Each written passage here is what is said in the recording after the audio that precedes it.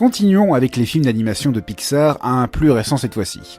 Lors de l'épisode précédent, j'avais dit que depuis Monstres et compagnie, Pixar faisait des films plus intelligents et plus émouvants. Ce que je n'ai pas dit, c'est que ces films peuvent évoquer aussi des sujets sensibles, sans que ce soit choquant ou malaisant. C'est le cas pour le film dont je vais vous présenter dans cet épisode, Lao. Lao, Up, dans sa version originale, est un film sorti au cinéma en 2009, réalisé par Bob Peterson et Pete Docter. Nous suivons l'histoire de Carl Fredricksen, un ancien vendeur de ballons à la retraite qui n'a plus vraiment le goût de la vie depuis qu'il est devenu veuf. Jusqu'au jour où il va essayer de réaliser le rêve de sa défunte épouse, partir et vivre en Amérique du Sud, dans les chutes du paradis. Alors qu'il commence son voyage en faisant voler sa maison avec des ballons gonflés à l'hélium, il découvre qu'un jeune scout du nom de Russell se trouve sur le palier de sa maison volante. Tous les deux vont donc partir vers les chutes du paradis pour vivre moult aventures. La première chose qui m'a plu et qui sortait un peu de l'ordinaire venant de chez Pixar, c'est la première partie du film. Ce prologue qui introduit le personnage principal, Carl. C'est une très bonne introduction pour faire connaissance avec notre héros. Sa passion pour l'aventure, sa rencontre avec Ellie, leur rêve d'aller aux chutes du paradis, et enfin leur vie de couple au fil des années. Ça dure une dizaine de minutes et je trouve ça cool. J'aime beaucoup Ellie, j'aime son caractère. Elle est extravertie et passionnée, contrairement à Carl qui est un peu timide et impressionné par elle. Ça rend la scène de leur rencontre touchante et drôle à la fois. Tu ne sais donc pas que c'est un club fermé, que seuls les explorateurs ont le droit d'entrer, et qu'il ne suffit pas de se promener dans la rue avec un casque et des grosses lunettes? Est-ce que tu penses être à la hauteur? Oui ou non? Bon d'accord, bienvenue à bord. Après s'ensuit leur vie ensemble. Ils se marient, ils préparent leur voyage en Amérique du Sud, mais les responsabilités d'adultes les rattrapent et repoussent toujours leur voyage. On nous raconte comment fonctionne la vie, et malheureusement, on ne fait pas ce que l'on veut. Et puis après arrive le décès d'Ellie, qui n'a pas pu réaliser son rêve, ce qui rendra Carl aigri et fatigué par la vie. Le voilà le sujet sensible dont Pixar veut nous montrer, la mort d'un proche.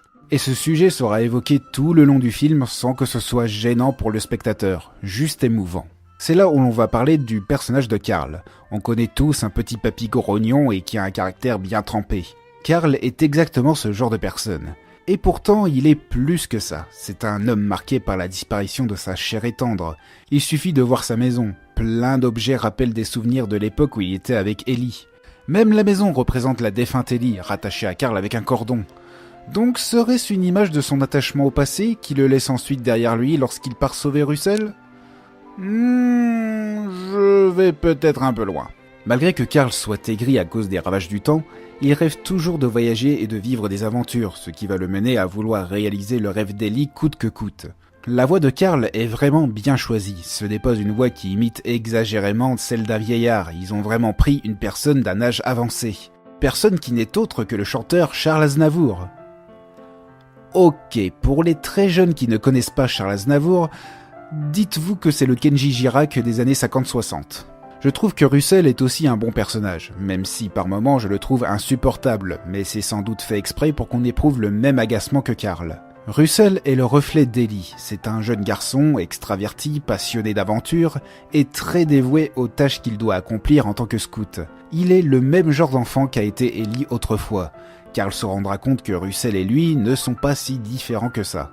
Pour l'histoire, je n'ai pas beaucoup de choses à dire. On suit les aventures de Carl et Russell, qui vont rencontrer sur leur chemin un oiseau peu ordinaire, des chiens qui parlent grâce à un collier électronique, et ainsi que leur maître, Charles Muntz, qui s'avéra être quelqu'un de malfaisant.